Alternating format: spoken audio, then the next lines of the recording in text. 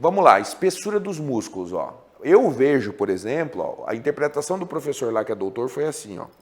Cara inteligente, tá? Não é qualquer um, não. Eu não vou falar o nome, mas está aqui. Ele vê assim, ó. Aqui. Treino tradicional. Não teve diferença significativa e o tamanho de efeito foi 0,15. Treino rest pause. Não teve diferença significativa e o tamanho de efeito foi de 0,33. O que eu, na minha prática, vejo aqui, ó? Eu estou vendo um cara que de 30 milímetros subiu para, sei lá, 31, e eu estou vendo um cara que subiu de 30 para 32. Então, para mim, isso é significativo, não na estatística, mas é significativo clinicamente dizendo. Para muitos que têm um pouquinho mais de leitura sobre o público treinado, diriam que aquilo é uma diferença importante. Ela só não foi significativa pelo teste. Agora, quando eu vou para a espessura da coxa, ó, não teve diferença significativa e o tamanho de efeito foi mínimo. Agora, quando eu vou lá para o rest pause, olha lá, ó, aparece o símbolo de diferença significativa, tá vendo? Ó.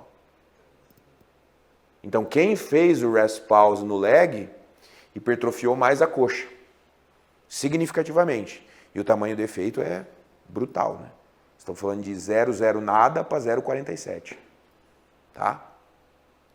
Justamente a gente usa esse tamanho de efeito como uma modelagem estatística para você mostrar resultados que o teste tradicional não mostra. Tá? Se eu olhar para peitoral, eu consigo ver uma diferença boa aqui, apesar de não ter o símbolo de diferença significativa. Eu estou falando de 0,01, praticamente nada, e estou falando lá de 0,36.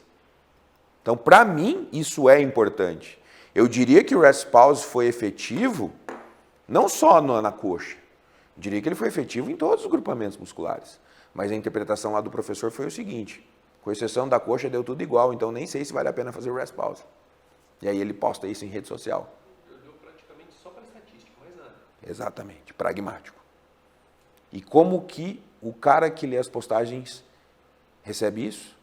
Esse é o meu Deus, o meu guru, ele disse isso. Eu nem li o artigo, mas o meu guru disse isso, então... É assim que é. Professor, ele está enxergando ali. Na comparação ali, quem fez e quem não fez, qual foi o treino? Quais são as séries, repetições de cada? 3 séries em cada um daqueles exercícios. A carga é sempre a mesma, 80%. Tá? A zona de treino deles margeou 6 a 12 reps o tempo todo. E aí eles ficavam mais fortes, a gente progredia dentro dos 6 a 12, dentro daquela zona especificamente. Naquele exercício. Lembrar que eles só fizeram rest pause nesses 3. Talvez, o que você está levantando é o seguinte, ó. Se eu tivesse rest pause em mais exercícios, talvez teria tido mais resultado. Mas a gente não resolveu fazer só nesses. Por quê? Porque apesar de eles fazerem musculação já há mais de um ano, eles nunca tinham feito rest pause. Então nós raciocinamos o seguinte, como eles nunca fizeram, se eu colocar em um exercício, talvez já baste. Agora, fica a dúvida se eu colocasse mais rest pause, se teria mais resultado que a gente está vendo aqui. Tá? Ou seja, o que eu penso disso? Primeiro, eles eram muito treinados, porque o treino tradicional já era difícil. E você vê que eles não melhoram muito. Ou seja, eles já estavam meio que no limite. Certo? Então o rest pause foi só aquela gotinha de diferença, porque o AB mesmo eles já faziam.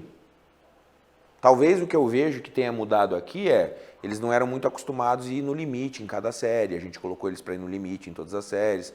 Eu vejo que o próprio treino tradicional já foi um treino difícil para eles. O rest pause foi só um tiquinho a mais.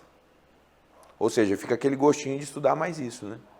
E talvez, se eu quisesse provar isoladamente o efeito do rest pause, eu poderia ter feito só em um exercício. Eu pego um grupo que só treina o leg, pego um outro grupo que só treina o leg, num eu não aplico o rest pause, no outro eu só fico no rest pause.